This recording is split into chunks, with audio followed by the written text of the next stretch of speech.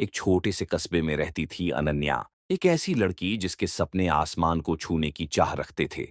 वह एक मशहूर लेखिका बनना चाहती थी, जिसकी किताबें दुनिया भर में पढ़ी जाएं। लेकिन कस्बे में लोग उसका मजाक उड़ाते थे। लड़की हो, घर संभालो, ये लेखक वेखक का चक्कर छोड़ो। पड़ोस की चाची कहती थीं। अनन्या के पास न तो कोई बड़ा संसाधन था, न ही कोई जान पहचान। फिर भी उसके दिल में एक जुनून था, अपने सपनों को हकीकत में बदलने का जुनून। अनन्या ने अपने सपने को छोटे छोटे कदमों से शुरू किया। हर रात जब कस्बा सो जाता, वह अपनी पुरानी डायरी में कहानियां लिखती। उसकी पहली कहानी एक ऐसी लड़की की थी जो अपने सपनों के लिए दुनिया से लड़ती है। लेकिन एक दिन कुछ ऐसा हुआ जिसने उसके सपनों पर सवाल खड़ा कर दिया। कस्बे में एक बड़ा साहित्यिक मेला होने वाला था, जहां देश भर के लेखक और प्रकाशक आ रहे थे। अनन्या ने सोचा, यह उसका मौका है। उसने अपनी कहानियों का एक संग्रह तैयार किया और मेले में भेजने का फैसला किया।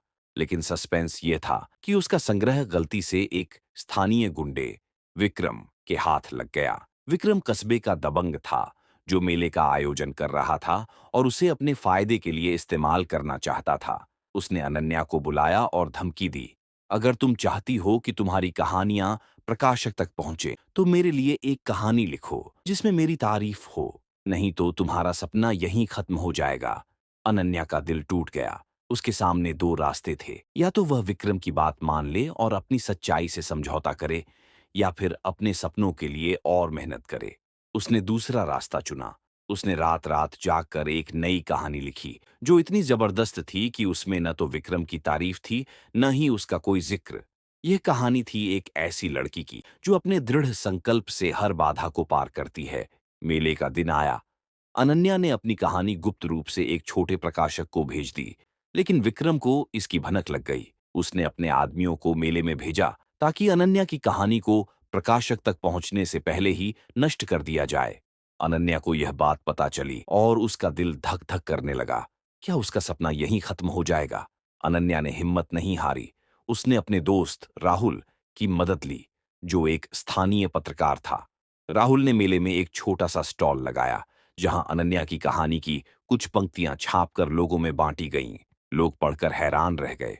उसकी कहानी में एक जादू था जो हर किसी के दिल को छू रहा था। जल्द ही भीड़ अनन्या के स्टॉल की ओर खींचने लगी। लेकिन तभी विक्रम के गुंडों ने स्टॉल पर हमला कर दिया।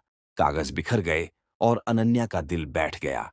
यहाँ कहानी में एक बड़ा ट्विस्ट आया। मेले में मौजूद एक मशहूर लेखिका, मालती दीदी, ने अनन्या की बिखरी हुई कहानी के पन्ने उठाए।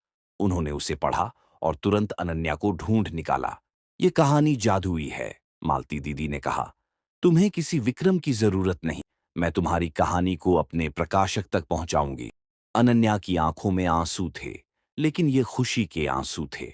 मेले के आखिरी दिन जब पुरस्कार वितरण का समय आया, तो मालती दीदी ने अनन्या को मंच पर बुलाया।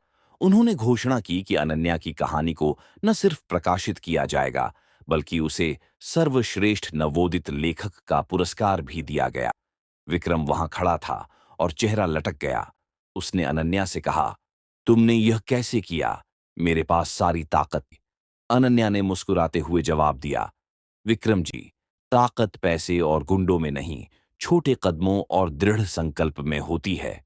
उस दिन के बाद अनन्या की पहली किताब छपी और वह कस्बे की नहीं, देश की जानी मानी लेखिका बन गई। उसकी कहानी हर उस इंसान के लिए प्रेरणा बनी जो अपने सपनों को हकीकत में बदलना चाहता था। अपने सपनों को हकीकत में बदलने के लिए बड़े संसाधनों की नहीं, छोटे कदमों और दृढ़ संकल्प की जरूरत होती है। हर कदम पर विश्वास रखें और मेहनत से कभी पीछे न हटें।